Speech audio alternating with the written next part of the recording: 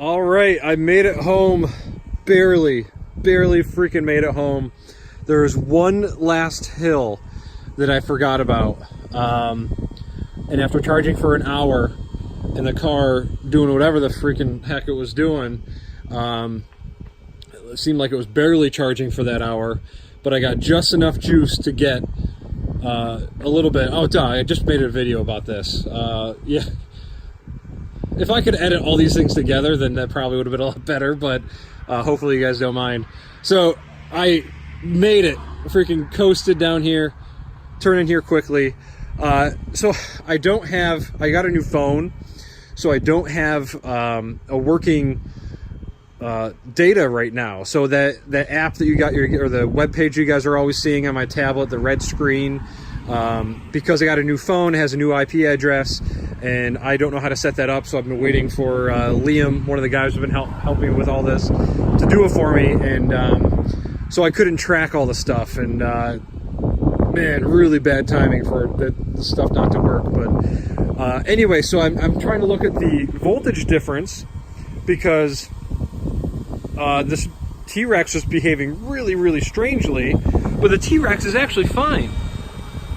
292 volts. It's not charging or anything right now. 292 volts.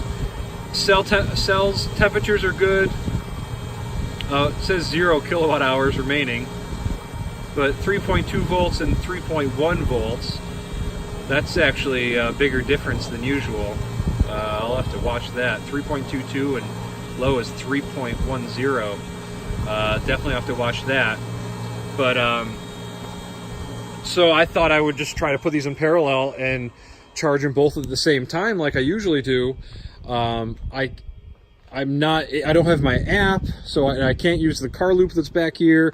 I can't connect to it to get the data. So what I did is I left this turned off, and I took my distribution cover off. I turned on the contactors back here while it's charging, and I measured the voltage of the Rav4 right there, and it was 277 volts. So it's actually quite a bit lower than the Rav pack.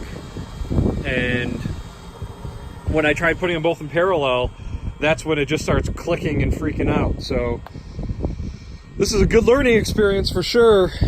Very nervous still. I'm glad I'm home, but I hope everything continues to be okay. Oh, and the charging issue is gone. So I had that other video. This kept clicking on and off. I think it was just because that house had maybe really, yeah, a bad outlet or something, and it was on an extension cord, so that doesn't help at all either.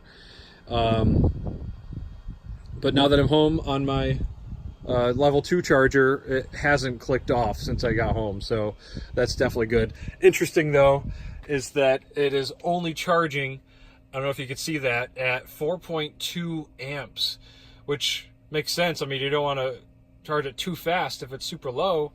I've heard that. So let's see what the display says.